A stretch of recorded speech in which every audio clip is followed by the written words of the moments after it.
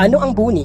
Ang buni ay isang uri ng impeksyon sa balat na, salungat sa pangalan nito, ay hindi dulot ng anumang uod kundi isang uri ng fungi na tinatawag na dermatophytes. Ang mga fungus na ito ay karaniwang matatagpuan sa mga mamasamasang kapaligiran tulad ng mga lugar ng pool, pampublikong paliguan, basang lupa at TBP. Maaari mo rin silang makita sa ating mga alagang hayop at iba pang mga hayop tulad ng mga daga. At minsan, naroroon na sila sa ating balat, kuko o buhok. Kapag direktang nakontak mo ang mga fungus na ito, sinasamantala nila ang pagkakataong ito upang dumikit sa iyong balat. At kapag nangyari iyon, sinisimulan nilang kainin ang keratin na matatagpuan sa mga patay na selula ng balat.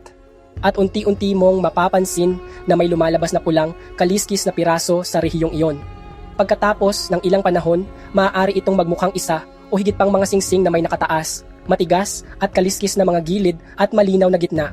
Kaya, dahil sa kanilang anyong singsing, kilala sila sa tawag na buni, hindi dahil may kasamang bulate. Pero anuman ang pangalan nito, isang bagay ang tiyak at iyon ay maaari itong magdulot ng pagkatuyo at pagkapaltos sa ating balat na nagiging sanhi ng pangangati, pagsunog o labis na hindi komportable. Hindi lang iyon, kundi maaari rin itong maging bukol na puno ng nana na tinatawag na keryon. At mas masahol pa, kung tumubo ito sa iyong buhok, maaari itong magdulot ng pagkalagas ng ilang buhok na nagiiwan ng kalbo. Gayon din, tandaan na ang buni ay isang napaka-nakakahawang impeksyon.